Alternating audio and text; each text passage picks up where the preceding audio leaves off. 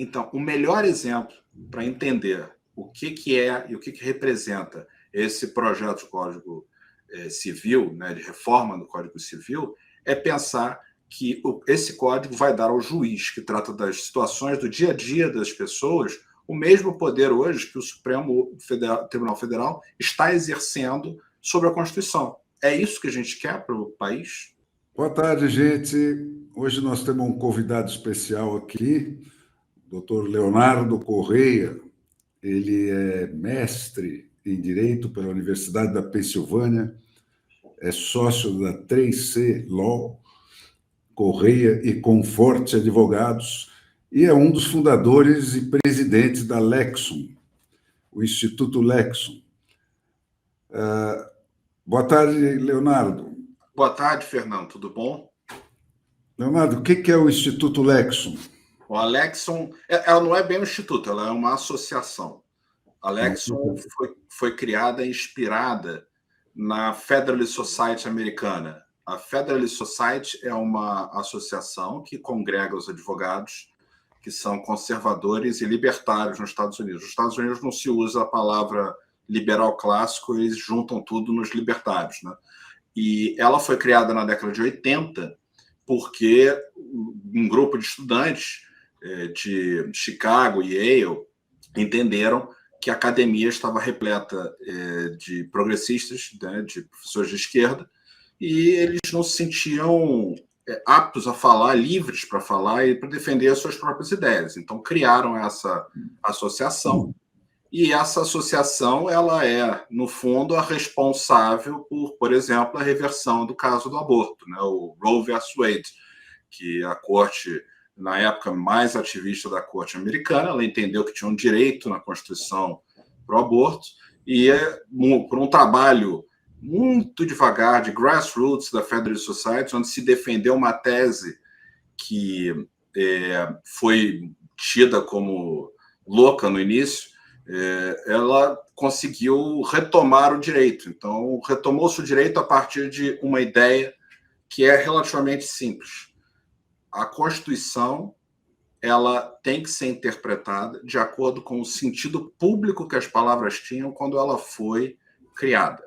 Então, ela não é uma carta para ser alterada de acordo com o tempo, porque ela é um instrumento de contenção do poder. Então, a ideia nossa foi resgatar também esse conceito, fazer essa união dos advogados que são, e aí aqui no Brasil, libertários, liberais clássicos e conservadores, defendendo 3 princípios. O Estado existe para preservar a liberdade, a separação de poderes é essencial para a Constituição e a função do juiz é dizer o que a lei é, não o que ela deveria ser. É isso aí. Bens a Deus, pô.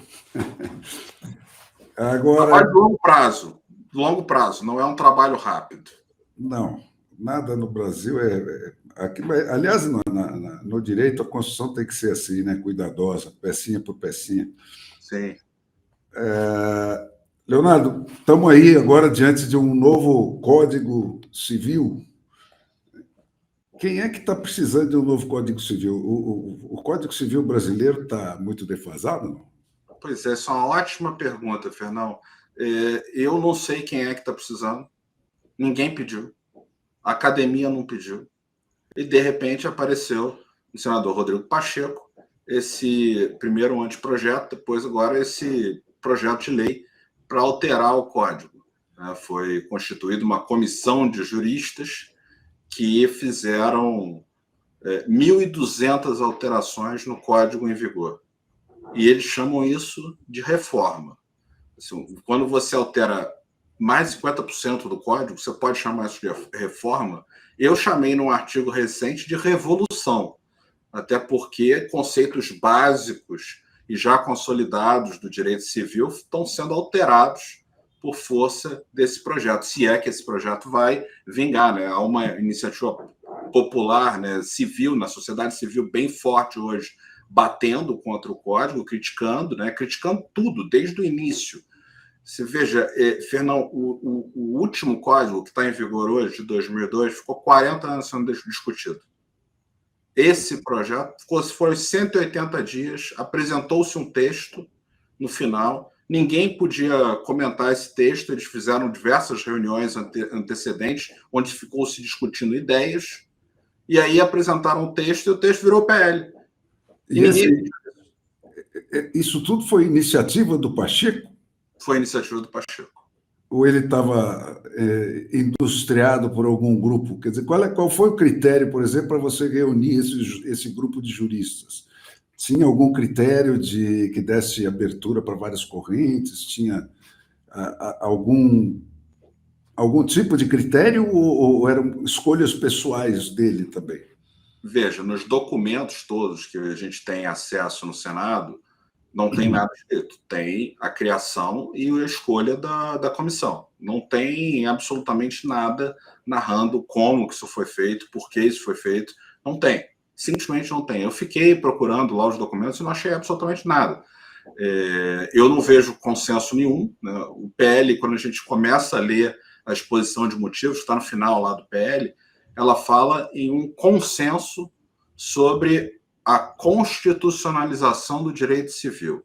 E aí você vai me perguntar que raios é isso. Isso daí, para mim, é a semente do mal. Tá?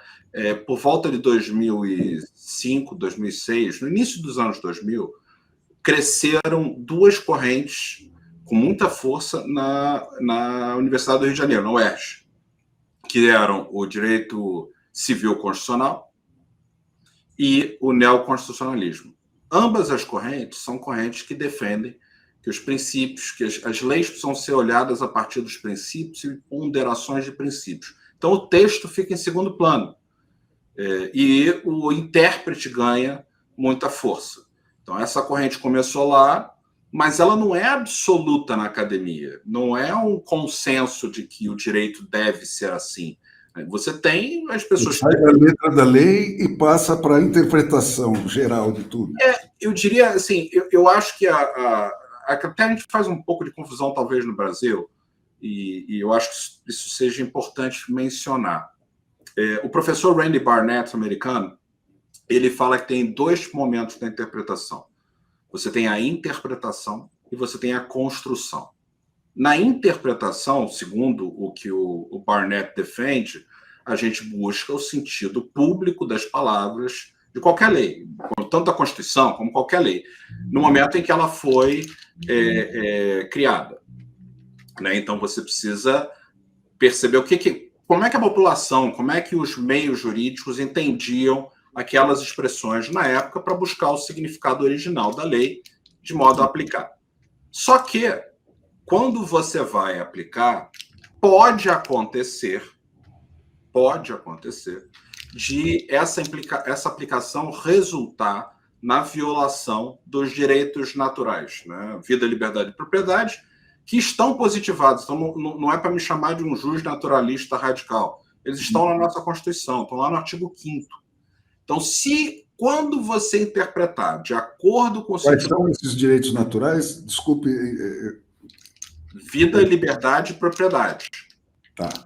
Isso é o consenso. Vários decorrem deles. Né? A própria liberdade de expressão decorre da liberdade. Né? Você tem todos eles elencados lá no nosso artigo 5º da Constituição. Quer dizer, nós temos o mesmo ponto de partida que está na Declaração de Independência americana. Temos. E mais, assim, a gente tem mais. Se você pegar a Declaração de Independência americana, fala que os governos são instituídos para proteger e resguardar esses direitos. Está escrito na declaração. Se você pegar a nossa Constituição, no preâmbulo, é a mesma coisa. É para resguardar os direitos. Então, se é para resguardar, os direitos existem antes do Estado. Isso parece uma sutileza, mas isso é muito importante. Por que isso é muito importante? Porque a nossa própria Constituição, no parágrafo único, do artigo 1º, diz que todo poder emana do povo. Então, soberanos somos nós. E esses direitos que antecedem o Estado, nós não demos para o Estado. Eles continuam sendo nossos. E se a gente interpreta e passa a ver a Constituição sobre essa ótica, significa que a Constituição, mais do que um contrato social, que eu acho uma definição meio complicada, porque nenhum de nós assinou o contrato precisa de ter consentimento específico, né? Ela é a lei que governa aqueles que nos governam. E aqueles que nos governam precisam respeitar os direitos que nós nunca passamos para o Estado, né? São os nossos direitos naturais. E essa O Estado é lógica... constituído para defender esses direitos. Exato. E aí, o que acontece? Você, quando tem uma doutrina, né, que é essa, por exemplo, no caso específico do Código Civil, a constitucionalização, o direito civil constitucional, e essa doutrina começa a dizer que os princípios são mais importantes, então a gente vai dar mais importância, por exemplo, ao princípio da dignidade da pessoa humana, que está lá na Constituição, do que aos direitos fundamentais negativos que estão no artigo 5º.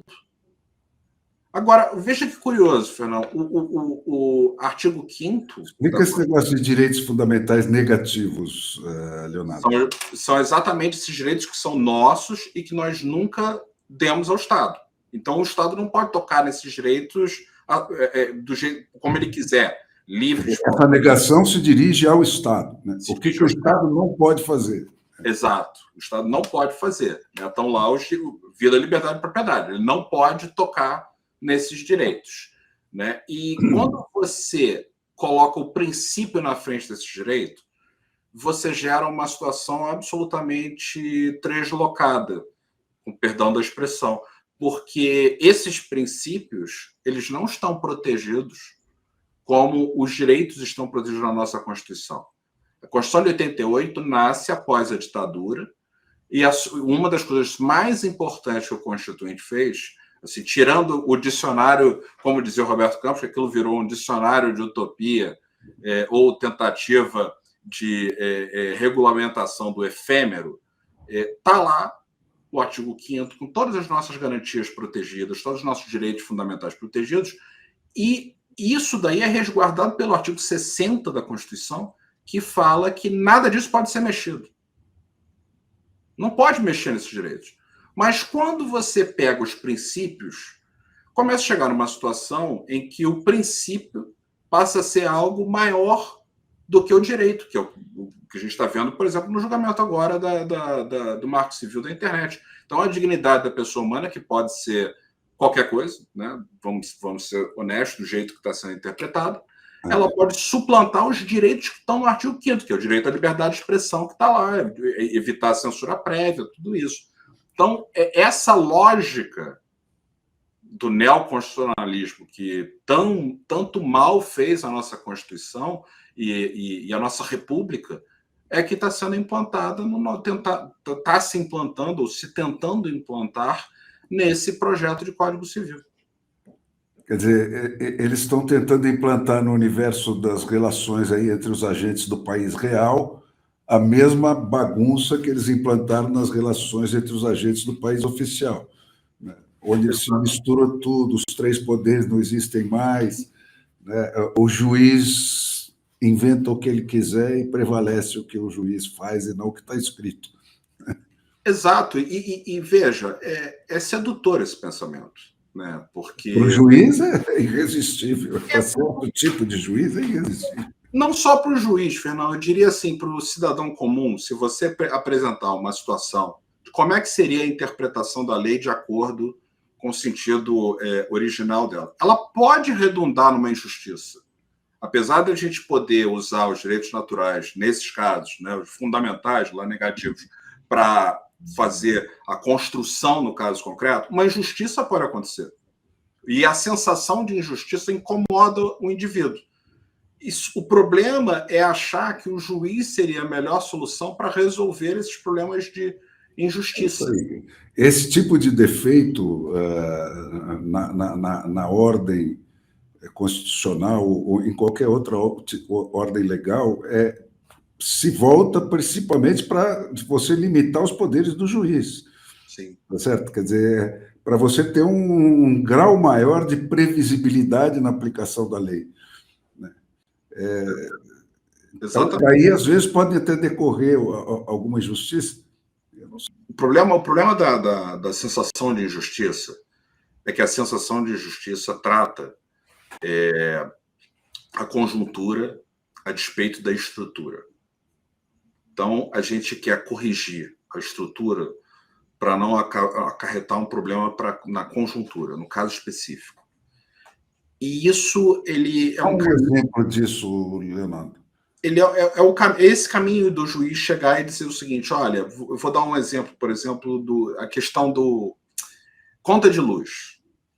A pessoa não paga a conta de luz. Qual é a consequência disso? Seria o corte da luz. Defendeu-se, com base nessas ideias civis constitucionais, da dignidade da pessoa humana, que você não pode cortar a luz da pessoa porque fere a dignidade dela. Parece, se você pensar, vamos extrapolar o direito e pensar só no sentimento de justiça que o cidadão às vezes tem. Às vezes pode fazer sentido, mas veja, se você não corta a luz de quem não paga, significa, na verdade, que todo o resto que está pagando, e esse resto não é necessariamente milionário, bilionário, são pessoas comuns, vão ter que pagar pelas pessoas que não estão pagando. Então, seria isso justo? Não.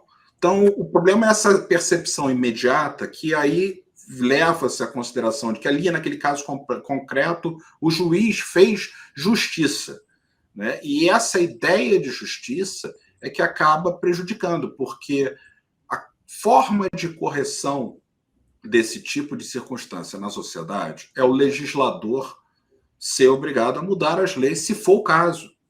Ele mude as leis. Aí, quer dizer, você tem um outro tipo de caminho, que seria, vamos dizer, a solução americana, que distingue os direitos negativos dos positivos, né?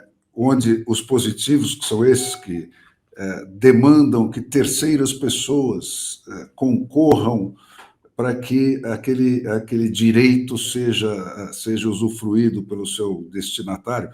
É o caso dessa coisa que você falou da luz, né? Aí, nos Estados Unidos, isso teria que ter a anuência de quem vai pagar a conta, tá certo? Quer dizer, podemos, então, fazer aqui uma regra nesta nossa jurisdição, aqui nesse estado, ou que seja, né, de que quem não paga a luz não vai ter a luz cortada para não ferir a dignidade dele. Você tem que perguntar isso para quem vai ter a conta de luz aumentada em função desse problema, né? E isso tem que ser decidido no voto. Essa é a regra, para não violar o direito fundamental da propriedade que está lá. E para não violar a separação de poderes, para deixar cada um na sua casinha. Lá você tem, claro, nos Estados Unidos, a departamentalização. Cada poder tem o seu poder ali sozinho. E é uma coisa curiosa, assim, o brasileiro não, às vezes fica perplexo com o americano falando assim, mas como é que o juiz da Suprema Corte americana mandou direto prender alguém? Porque para eles a ordem tem que sair do executivo para do judiciário para o executivo, né? E ele, o executivo, vai dar cumprimento à ordem do judiciário, né? Não é o judiciário que manda diretamente em alguém no... Ele não executa, quem executa é o executivo, né? Exato, ele simplesmente, o judiciário julga e determina o que deve ser feito a um outro poder. Né? Ele não sai ingerindo os subalternos do poder executivo direto. Bom, mas vamos voltar então para esse Código Civil que está aí. O que ele muda, Leonardo? Ele tem um viés ideológico muito grande, né? Assim, eu vou pegar primeiro a responsabilidade civil, que eu acho que isso incomoda todas as pessoas no seu dia a dia, né? Quando a gente dirige um carro, a gente está limitado pela responsabilidade civil. A gente sabe como é que vai acontecer. Ou seja, se você está andando acima da velocidade, você vai causar um acidente, você vai ser obrigado a indenizar. Você vai ser obrigado a pagar os danos decorrentes da sua conduta ilícita, sua conduta contra o direito de andar acima da velocidade indicada em determinada rua, né? O que esse código começa a fazer é a responsabilidade sem ilícito. Porque a premissa do código é aumentar a indenização. O foco todo desse código é a reparação. Parece com aquela questão da distribuição de renda, é a mesma lógica. Eu tenho que resolver um aspecto distributivo. e não tratar de quem agiu com culpa ou quem praticou um ato ilícito. Não é esse o foco. O foco não é o ato equivocado, o ato que é contrário a uma vida em sociedade. O foco é eu preciso reparar. No caso do carro, qual é a alteração entre o de hoje e esse que vem vindo aí? Que talvez, numa interpretação de um acidente de trânsito, é possível que o elemento culpa não seja considerado. Você simplesmente bateu o carro, você vai ser obrigado a indenizar. Mas eu bati o carro sem ter culpa nenhuma. Zero culpa, zero responsabilidade. Ah, mas não interessa. Por alguma outra razão, porque a vítima é mais frágil do que você, algum desses elementos que são muito abertos vão ser usados, podem ser usados pelo julgador. Essa abertura, Fernão, que é o perigo, né? É a abertura de você permitir que o juiz ele julgue pelo sentimento dele. Porque a lei, o que a lei faz? E por que é rule of law versus rule of man? Porque o rule of law diz que o juiz é servo da lei. E todos nós também somos servos da lei. Então, a gente vai poder fazer o que a lei determina, mas não o que o sentimento de justiça dele clama. Né? O que é uma diferença muito grande para o modelo americano, que tem júri para tudo. A pergunta que você faz ao júri é um pouco diferente, e o juiz instrui o júri de acordo com a regra jurídica. Então, você tem uma divisão da tomada de decisão. Não é só o juiz que decide, é o juiz com o júri. O dever do juiz é conduzir o processo de forma justa e explicar ao júri qual é a regra jurídica que deve ser aplicada. Mas quem vai decidir no final é o júri. Então, você tem uma divisão de poderes. Aqui é tudo na mão de uma pessoa só. E por que eu vou permitir que essa pessoa, o magistrado, por mais bem intencionado que ele seja, ele decida com base no sentimento que ele tiver, ao invés da aplicação dos textos expressos da lei? É um perigo. Você abriu a porta do inferno aí, né? Porque você bota um poder desse na mão de alguém, vira o Brasil. Exato, exato. E você, nesse cenário, aumenta a insegurança dos agentes econômicos. E aqui eu estou falando em agente econômico lato sensu, o próprio motorista do carro. Talvez você queira pegar o Uber ao invés de dirigir o seu automóvel, né? Estou fazendo uma hipótese aqui, porque você vai ter muito menos responsabilidade. Não porque você escolheu pegar o seu Uber para dirigir, ou o teu táxi para dirigir. Você está fazendo isso porque você não quer ter o risco de uma responsabilização maior diante do código. Essa brecha se abre de que forma, Leonardo, dentro desse código aí? Qual é a alteração que permite isso aí? Como é que isso está escrito? Como é que isso está formulado versus aquilo que estava formulado, por exemplo? Eu vou te dar agora umas listas dos exemplos que eu acho que são as expressões pitorescas do código. Então, você pega um código agora que tem coisa do tipo relações jurídicas experimentadas. Eu não tenho a menor ideia do que significa isso. Esse é o do Pachequinho. Atos existenciais da vida civil. O que seriam atos existenciais e não existenciais? Eu não consigo descobrir o que é isso, mas vai poder encaixar qualquer coisa nesse tipo de expressão. Cada um com suas peculiaridades. Olha, isso é uma expressão usada no texto de lei. Cada um com suas peculiaridades. Risco especial e diferenciado. Aí tem estatística para avaliar as questões. Estatística tem aquela frase famosa que atribuem ao Mark Twain ou ao Disraeli, ninguém sabe quem foi, que ele fala, né, que tem as mentiras malditas e as estatísticas. Então, a estatística vai ser um critério, por exemplo, talvez, que vá bater ali na avaliação do nexo de causalidade. Eles não mexeram no artigo do nexo de causalidade direto e imediato, mas tem outros artigos que foram modificados que podem levar a uma interpretação desse tipo.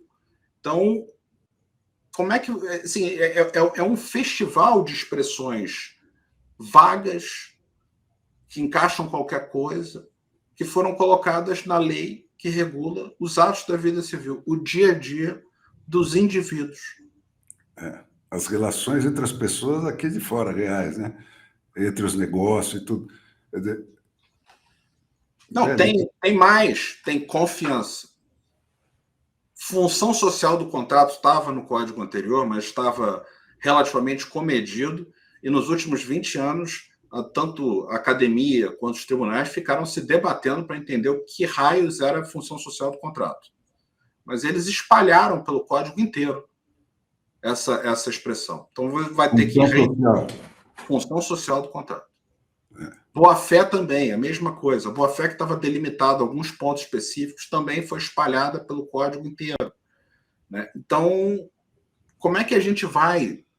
Eu fico me perguntando o seguinte, como é que a gente vai dar um parecer para o nosso cliente dizendo que vai acontecer X ou Y com base nesses dispositivos todos abertos? Porque não dá para saber o que o juiz vai... Como é que o juiz vai avaliar, vai interpretar uma expressão dessa? Exato. O Sérgio Bermudes, na introdução, no livro dele de Introdução ao Processo, ele fala que as palavras têm as palavras equívocas e as palavras unívocas. E quando se faz uma lei, você prefere uma palavra unívoca do que uma equívoca, porque as palavras equívocas permitem diversos sentidos, né? E aí você abre a possibilidade de cada um interpretar aquilo do jeito que lhe aprouver. Né? O ideal é não usar essas expressões, ou usar muito moderadamente, né? Com todo o cuidado. E veja, o Código atual de 2002, né? Ele usa as expressões com cuidado, mas já criou uma confusão dos diabos, uma quantidade de litígio muito maior. Imagina esse código aí do jeito que está. E esse que está aqui vigente é de 2002. O código anterior o código em vigor foi feito em 2002 para modificar o código anterior de 1916, que era o Código Bevilacqua. E aí, que tipo de alteração foi feita nessa transição, por exemplo, que envolve mais de 100 anos, né? Sim. Então, foram alterações assim, pontuais, não foi muita coisa tão chocante, mas teve essas expressões abertas, porque se entendeu que haveria necessidade de ter um pouquinho mais de flexibilidade para o juiz. Mas não foi no plano que se está fazendo. E veja, olha só, o código tem 20 anos, 20 e poucos anos, 2002. Não se troca código civil a cada 20 anos. Né? O código francês, que era de 1804, foi mudado em 2016. O código alemão é de 1900. O código italiano é de 1942. Então, qual é a necessidade? O que aconteceu no Brasil nos últimos 20 anos para resolver, reestruturar e fazer uma revolução no Código Civil inteiro? Diz a comissão, né, os projetistas, que essas alterações são por causa das revoluções tecnológicas. Eles inclusive, incluíram um capítulo inteiro sobre direito digital no código. Eu não sei por que raio está dentro desse código. Faz uma lei esparsa, não precisa de colocar o Código Civil do jeito... É a mesma tapeação que eles estão querendo fazer na Constituição, né? Exato. Não, agora porque é internet, então a mentira mudou de nome e tal. E veja assim, como é que isso é paradoxal. Vamos lá. A gente tinha, por exemplo, o sigilo da correspondência, né, na Constituição. Por que eu não posso ter o sigilo do e-mail? O e-mail é uma correspondência. Eu preciso criar uma lei para dizer que tem que ter o sigilo do e-mail? Não, ele é só um meio, ele não é um fim. O objetivo da lei é proteger a correspondência. O que é a correspondência? Um indivíduo escreveu para o outro indivíduo. Então, a proteção é a mesma, não precisa criar lei só porque Imagina se a gente tivesse, então, que mudar a Constituição Americana, que é de 1700, por causa do avião, do automóvel. Não precisa mudar tudo por causa disso. Você pode ter mudanças até pontuais que exijam uma lei específica para resolver determinados problemas. Mas será que é preciso reformar tudo? Isso tudo é tapeação. Toda vez que tem um boleio, né, ou uma quebra de tecnologia, tal, você abre brecha para os espertalhões, os fanáticos pelo poder, né, avançarem para cima da gente. Isso é recorrente na história, né? Toda vez acontece isso. A história se repete, né? Ela sempre é cíclica, né? Continua, e é sempre o quest for power, né? O homem querendo sempre ter poder, né? Sempre acaba indo por aí. Eu acho que esse código vem muito do interesse de ter poder. Claro. Claro, você sair do governo de leis para o governo de homens, né? Exato. Que é o que está acontecendo com o Brasil. E tem mais, assim, os contratos, né? Eles resolveram mexer nos contratos. Então, aí criaram várias figuras diferentes. Então, você tem o contrato, aí você vai poder avaliar se as partes não são totalmente iguais, não vou dando tratamento. É uma coisa assim, meio que trazer ideias do Código de Defesa do Consumidor para o direito civil. O que eu acho um erro muito grande, porque o Código de Defesa do Consumidor foi feito para tratar de situações específicas, e, aliás, eu diria que foi feito para tratar de situações específicas na década de 90. Na década de 90, não tinha internet, nós não tínhamos celulares. Hoje, você vai comprar um produto. Você pode pegar, abrir o seu celular na loja e ver se o preço que está na loja é o preço que está sendo praticado no mercado ou se você tem opções mais baratas. Você pode entrar nos sites todos de crítica para ver se tem gente reclamando dos produtos, para você poder fazer uma outra escolha que não aquela escolha que você ia fazer de forma informada, porque você pesquisou na internet, 2 cliques de distância. Né? Você pode assistir todos os reviews que estão no YouTube, em todos os canais, nas redes sociais, sobre os produtos que você vai comprar, para ver se vale a pena realmente esse produto combina com você. É completamente diferente da situação que a gente vivia em 1990. Completamente diferente. Né? E era uma época, inclusive, que o Brasil estava saindo da fechadura econômica, havia realmente um desbalanceamento de poder muito grande entre o consumidor e o mercado. Hoje, a situação é completamente dinâmica e mudou. Aliás, o que a gente deveria estar fazendo, ao invés de querer revolucionar o Código Civil, talvez fosse uma revisão do Código de Defesa do Consumidor. Porque tem coisa ali que hoje está aumentando o custo de transação, que acaba aumentando o preço dos produtos para todos os brasileiros, que não faz mais sentido se o cidadão hoje tem acesso a uma infinidade de informações antes de tomar a decisão de compra.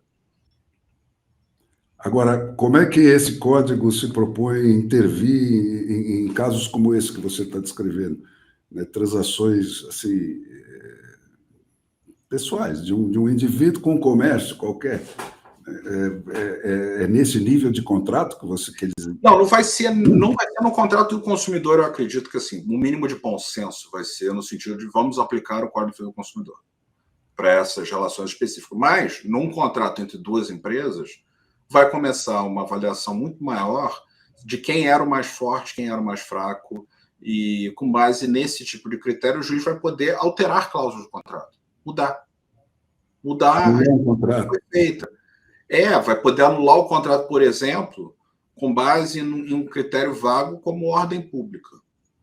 Que raios é ordem pública? O contrato violou a ordem pública, então estou anulando o contrato. O contrato violou a função social, eu vou anular o contrato. A função social. Então, isso... Qual é a função social do contrato? Bom, para mim é circular riquezas, mas se você...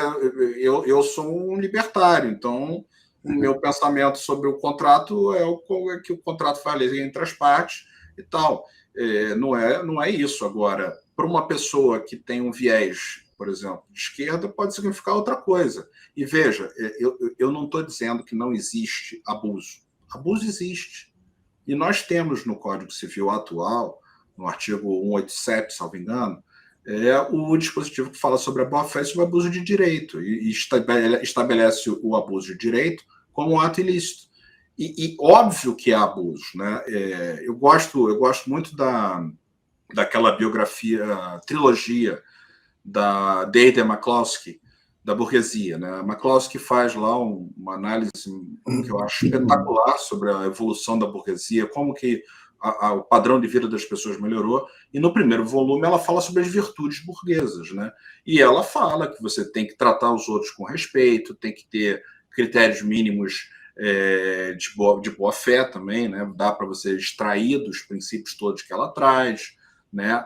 O próprio, se você pegar o livro do Neil Ferguson, Civilizações, que ele fala dos aplicativos que fizeram o Ocidente prevalecer, você tem os valores cristãos que estão lá, que vão ser considerados. Então, você tem recurso dentro da lei para, se uma das partes está abusando, o juiz hoje pode fazer. O que está acontecendo nesse projeto é que você está tirando o dever do juiz de apresentar um racional mais aprofundado para mostrar que, naquele caso concreto, sim, ele pode intervir porque houve, de fato, um abuso e que esse abuso tem que ser coibido porque é um abuso que é pernicioso para a sociedade e para o próprio mercado. Né? O Adam Smith dizia que a gente tem que ter as regras morais mínimas para o mercado. Né? E, obviamente, quando os agentes econômicos cruzam essas regras mínimas, é prudente que o judiciário dê alguma resposta. Mas não pode ser uma coisa tão aberta que permita que qualquer argumento... Qualquer portinha que você abre, você cria uma indústria também, né? Aí vem o sujeito de má fé que vai te achacar para dizer, olha, eu vou entrar lá para destruir o teu contrato. Você vai ter o tipo de advogado que nem esse trabalhista que fica no botequim falando, vamos pegar aquele trouxa lá, daquele teu patrão. Eu vou te dar um exemplo claro que é bem liberal e discute essa ideia, que é um caso que eu tenho. Eu não vou dar os nomes das partes, mas a empresa, do outro lado, tem um código de conduta dizendo que ela vai tratar os seus parceiros com justiça. Ela falou. Tá? Ela declarou no código. E ela exibe para o mercado inteiro que ela é ESG. Então, o social para ela é muito importante. Mas ela pega o meu cliente e trata na letra fria do contrato que ela apresentou e que o meu cliente foi assinando sucessivas vezes, porque era um contrato que era de exclusividade. Então, se ele era exclusivo, ele não tinha como desenvolver outras atividades. Ele só podia trabalhar com aquela empresa. Isso, para mim, é um abuso. E isso é um abuso que hoje, da forma como o código está posto, é possível tratar esse abuso, de acordo com a boa-fé lá do artigo 187. Agora, se você abre a porta para qualquer coisa, então não vai ser uma situação como essa que vai poder ser discutida. Vai ser o que o magistrado sentir na hora que ele lidar com o caso. E aí você imagina, quer dizer, contratos que estão movimentando bilhões, né, e de repente você pode trancar uma empresa ou deter um processo de produção qualquer, né, entrando com uma causa dessa por uma brecha fácil como essa. Isso vira uma indústria, né, de achaque, né, de achaque, realmente. Né? Dizer, olha, ou você resolve aqui comigo por fora, ou eu vou entrar com uma coisa dessa. Quer dizer, eu sempre tive um fascínio especial pelo Tocqueville, porque ele fazia uma psicanálise das instituições americanas. Né? Ele pensava sempre assim, que tipo de comportamento esta instituição ou esta regra vai provocar, né, nas pessoas. E é assim que você avalia a qualidade de qualquer norma. Né? Quer dizer, se ela engendra esse tipo, ou permite engendrar esse tipo de comportamento, ela vai engendrar. Se houver a brecha, né, haverá sempre o ser humano. O ser humano, né, o homem é o lobo do homem, enquanto isso não lhe custar nada. É isso aí. E tem uma outra coisa que eu acho que hoje não se pode mais negar, nem o jurista pode negar mais, que é a questão dos incentivos. né? Os incentivos importam e leis vão criar incentivos para comportamento, como você está falando, eventualmente uma indústria de ações. A economia comportamental avançou estupidamente, a análise econômica do direito também. Eu não tenho ciência de que nenhum economista foi chamado para ajudar a avaliar esse código. Não seria prudente ter consultado algum economista? A gente tem ótimos economistas de análise econômica, por exemplo, a professora Luciana Yang, do INSPER, que faz análises maravilhosas, é sempre chamada nos tribunais superiores para falar. Por que não se ouviu ela? Para ver quais seriam as consequências desse PL. Né? A estrada das boas intenções ela é complicada, né? As pessoas têm várias... Porque isso não é o objetivo dessa reforma, né? Como você falou, quer dizer, você em outros países aí você tem códigos de 200 anos de idade e você faz uma alteração pontual aqui, ali e tal. Agora, pegar esse pacote inteiro sem ninguém ter encomendado, quer dizer, ninguém aqui no país real está precisando mudar totalmente as regras do jogo, dos relacionamentos de nós com nós. Eu digo mais. Assim, estamos precisando mudar tudo nos relacionamentos de nós com o Estado, mas de nós com nós. Cara, é impressionante isso. Você, de repente, cai. O Brasil tem essas bombas, né? Cai do céu um negócio desse e o país inteiro fica se rebolando ali para ver como é que vai torear essa história, né?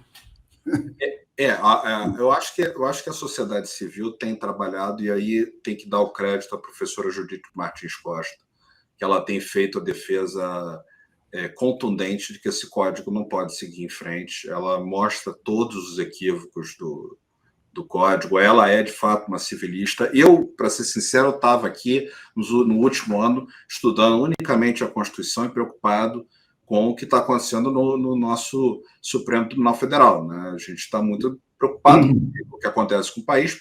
Eu gosto muito de estudar teoria do Estado e acabei me dedicando a isso no último ano inteiro. Mas alguém me mandou esse PL e quando eu olhei, falei, meu Deus do céu, ninguém está reclamando disso. Aí descobri, quem está fazendo um barulho bem grande e com muita capacidade e conhecimento, a professora Judith Martins Costa, que é uma civilista super reconhecida, e ela tem feito um trabalho ótimo de esclarecimento para mostrar as consequências nefastas que esse projeto vai ter se ele for aprovado. Né? Então, a sociedade civil, pelo menos, acordou, né? E está se mexendo. Eu acho importante que a sociedade civil faça isso. A gente fez a Lexum para isso, para tentar acordar a sociedade civil brasileira. Aliás, é impressionante o pouco que isso tem saído na mídia tradicional, vamos dizer assim, né? Eu não vejo esse debate nas televisões, nos jornais aí, muito pouco, né? Sim, eu acho que agora está começando a aparecer um pouco mais. Né? O próprio Estadão andou publicou um artigo meu, publicou outros artigos, então tem algum movimento que está acontecendo. Eu acho pouco. Eu fiz uma pesquisa no YouTube, por exemplo, e eu não achei muitos canais com críticas. Tem muita gente elogiando, ao contrário. Né? Eu acho que fez um trabalho muito bom de marketing da ideia. Então, elogiando lá o projeto. Mas eu acho que começou a fazer, e existe uma questão, Fernando, que eu acho que é o seguinte: os acadêmicos são excelentes, são pessoas fantásticas que estão lá lutando contra o projeto, mas eles falam muitas vezes para acadêmicos. Eu tentei entrar para ajudar um pouco o trabalho, porque eu acho que a gente tem que falar para o cidadão. A gente tem que tentar falar numa linguagem um pouco mais acessível, menos técnica, para mostrar. E eu acho que o melhor exemplo é dizer que esse código está levando ao que a gente está vendo hoje com a nossa Constituição. E é isso que a gente quer. Eu acho que esse é o melhor exemplo para o cidadão normal hoje, o homem comum, né? O homem de bem, a pessoa, o indivíduo no país. É olhar e falar, é isso que vocês querem? A gente quer que os juízes nas relações civis tenham o poder que hoje os ministros do nosso STF têm tido com a nossa Constituição? Eu imagino que, se fizer um plebiscito, o resultado será um não fragoroso. Mas a gente tem... Qual é o caminho de tramitação disso, Leonardo? Ele ainda está parado lá no Senado, né? Vai para a comissão agora, vai ser debatido. Eu acho que quem for de direita deveria deixar muito claro para os seus senadores eleitos que um senador que se diz de direita e vota a favor desse código está negando os votos que lhe foram conferidos, porque é um código evidentemente com inclinação socialista. Eu não vejo como definir isso de outra forma. Então, é preciso que o cidadão vá atrás dos seus senadores que elegeu e comece a pedir que isso não possa seguir em frente, que esse código tem que ser abandonado. Esse projeto não pode... Tem que matar na origem. Resumidamente, ele dilui todas as âncoras que você tem para se segurar contra a interferência de alguém que venha de cima porque quer, né? Exato. E parte do Estado de Direito. Né? Você passa... O Estado de Direito eu sempre interpretei assim, falei, olha, o Estado de Direito é o seguinte, que você cria uma regra onde você diz para o cidadão, olha, seguida esta regra, ninguém pode tocar em você. Se você estiver dentro dessa regra, nem o rei pode tocar em você. É por isso que se inventou o direito. E agora, isso aí, simplesmente põe isso no liquidificador. Você fica totalmente exposto ao que qualquer um quiser fazer com você. Eu acho que a gente tem ainda a tendência de acreditar no super-homem. Eu e o Cristiano Carvalho fizemos um artigo lá para a Lexon, dizendo que, sabe aquele dispositivo na Constituição que limita os juros a 12%? O Supremo disse que não era aplicável. A nossa tese é que tinha que ter deixado, o Supremo deveria ter dito que tinha que aplicar. Porque se o Supremo dissesse assim, olha, tem que aplicar porque está escrito aqui na Constituição, qual seria a consequência? O Congresso ia ter que fazer uma emenda e mudar aquele negócio, porque foi ele que fez a lambança e tem que corrigir a lambança de modo que a sociedade consiga viver.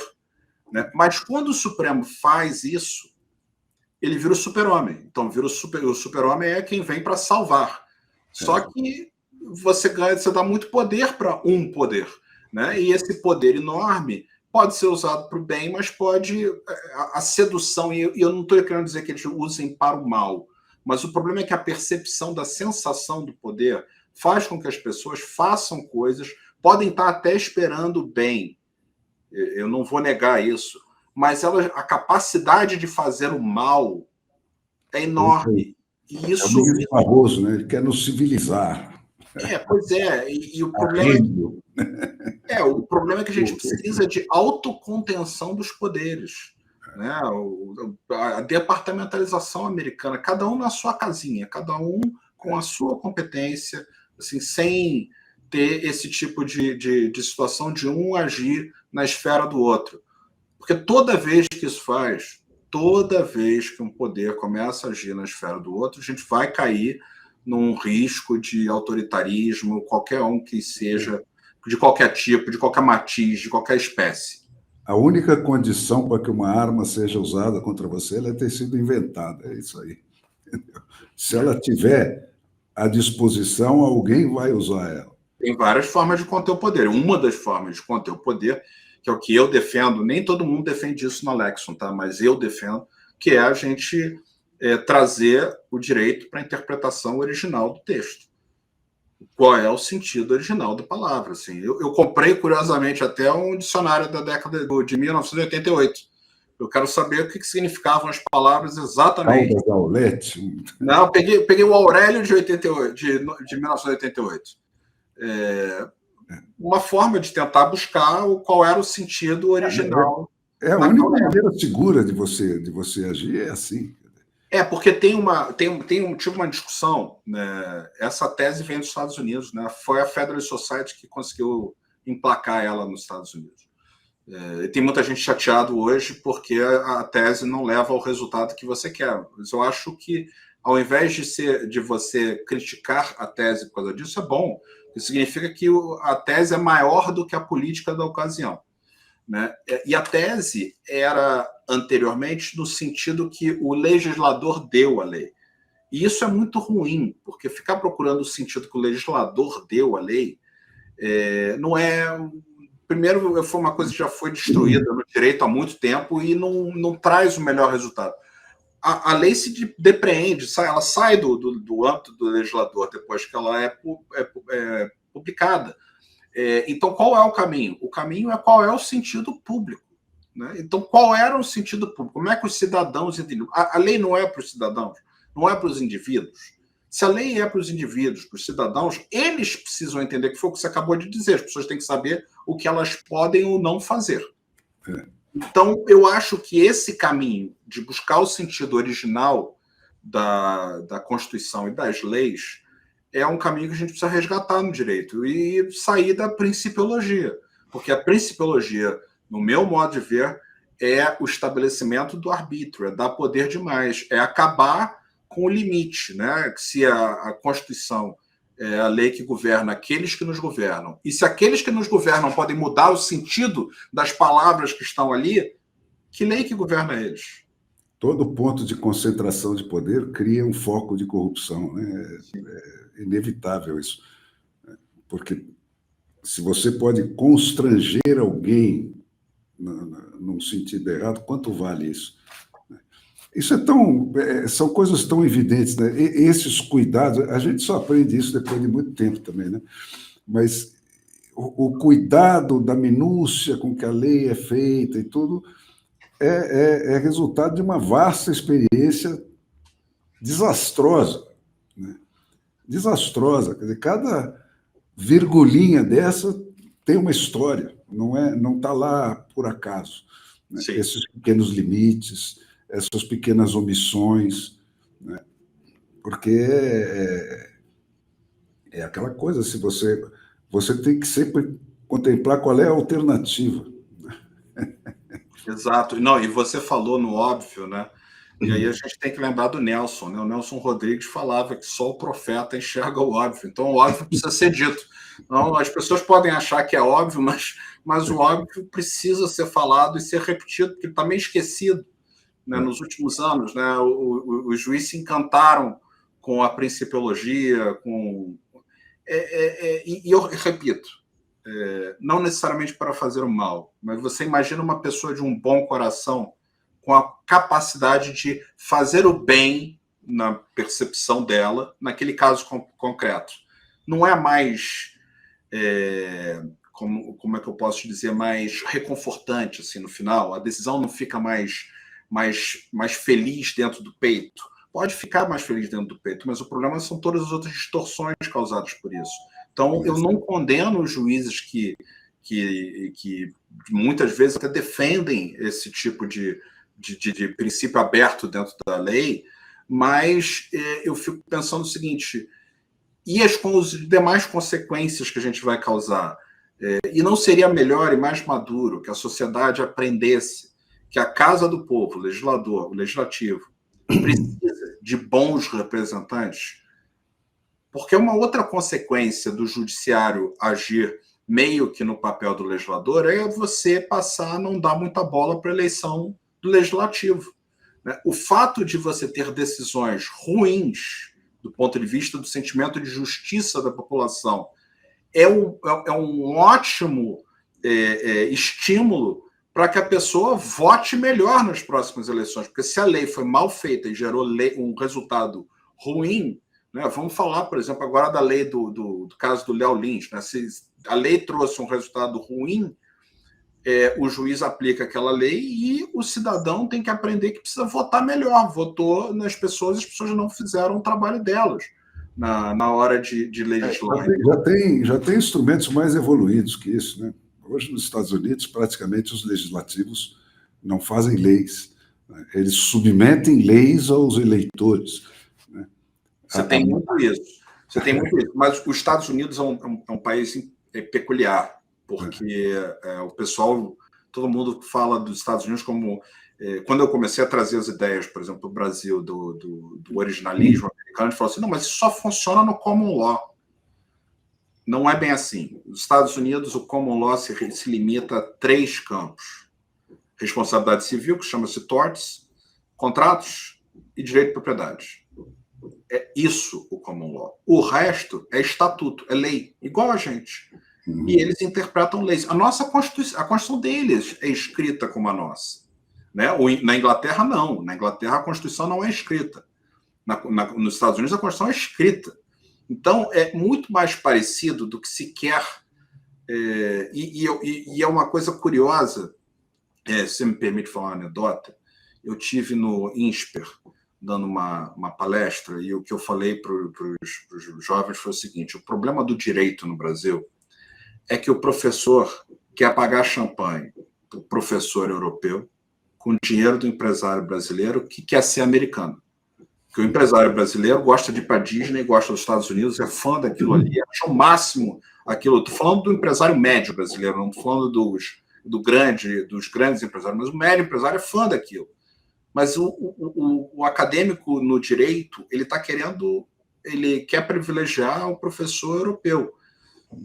Mas ele quer privilegiar com o dinheiro do sujeito que quer, na verdade, um direito mais parecido com o americano. Então, a gente está num Dr. Jekyll, Mr. Hyde, num híbrido que não funciona.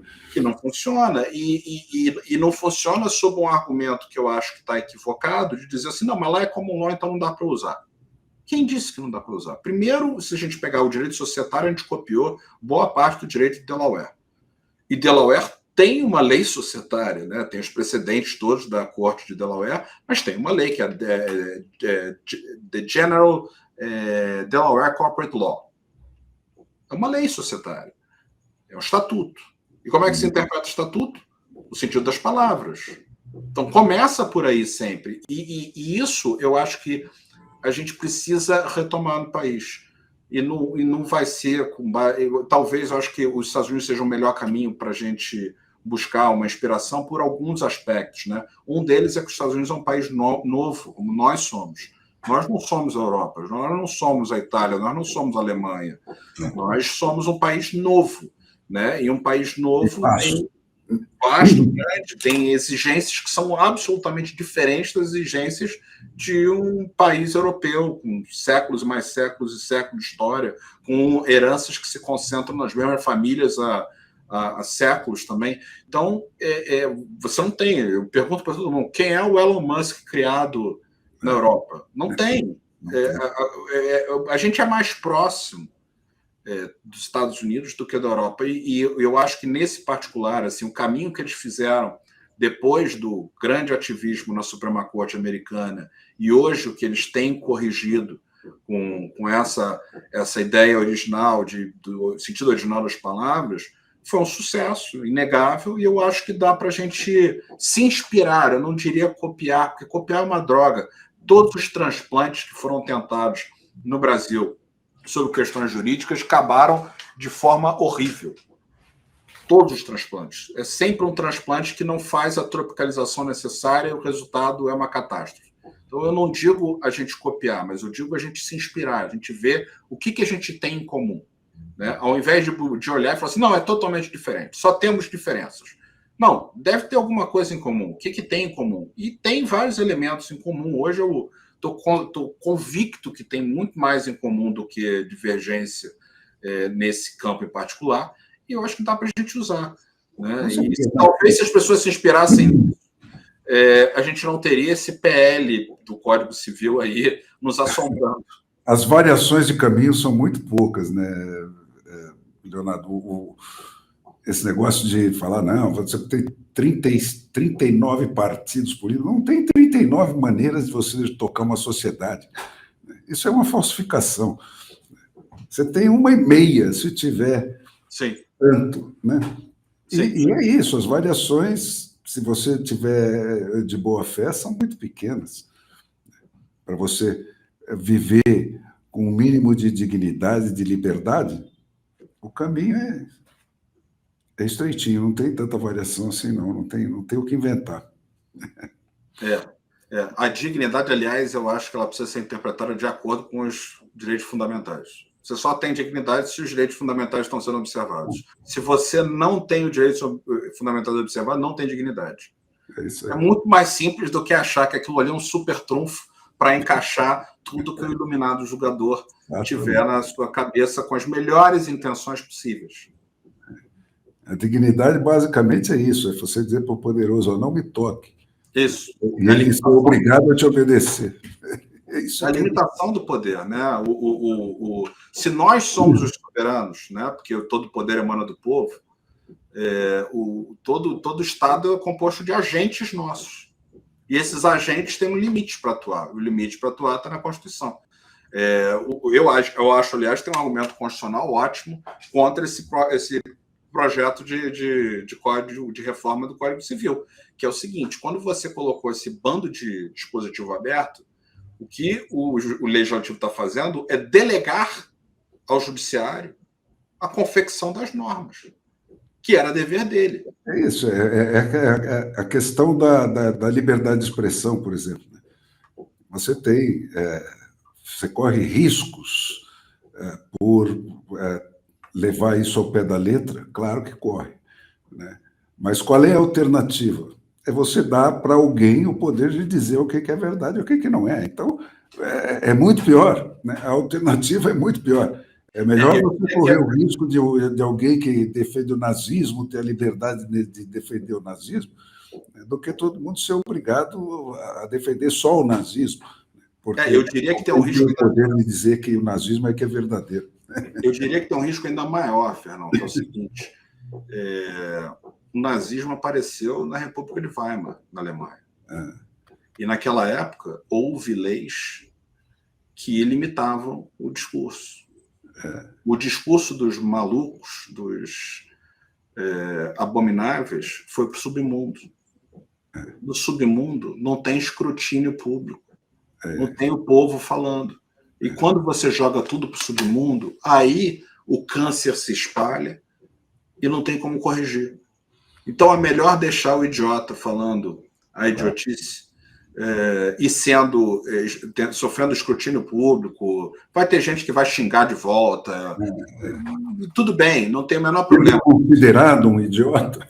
Exato, e melhor fazer isso do que jogar ele para o submundo, onde ele vai alimentar outras pessoas que estão naquele mesmo submundo, que não vão trazer essas ideias para o público, mas depois, quando a coisa vai sair completamente do controle, câncer espalhado no corpo inteiro, não tem mais solução. Não tem quimioterapia que resolva. Na verdade, a liberdade de expressão pode ser definida como uma terapia anti-câncer social. É isso mesmo. É isso mesmo. Ventila o ambiente. Né? Isso. Bom, Leonardo, estamos aí, estamos na luta. Vamos acompanhar isso de perto e o canal fica aberto aqui para a gente esclarecer o nosso público do que estão tramando contra a gente aí. Sim, eu fico à disposição e eu tendo novidades, eu mando para você, eu já vou te municiando de dados novos, mas eu acho que tem um pouquinho de esperança. Eu acho que eu tive lá no Pioto na segunda-feira e a audiência foi muito grande. Ele falou que a repercussão foi muito boa, então as pessoas estão começando a ver que esse código é um perigo e se mobilizando. Eu acho que não há nada com a sociedade civil se posicionando com relação às questões que são apresentadas para nós como panaceias e soluções mágicas para todos os problemas. Então, o melhor exemplo para entender o que é e o que representa esse projeto de Código Civil, né, de reforma do Código Civil, é pensar que esse código vai dar ao juiz, que trata das situações do dia a dia das pessoas, o mesmo poder hoje que o Supremo Tribunal Federal está exercendo sobre a Constituição. É isso que a gente quer para o país? Isso aí. Muito obrigado e até a próxima. Eu que te agradeço.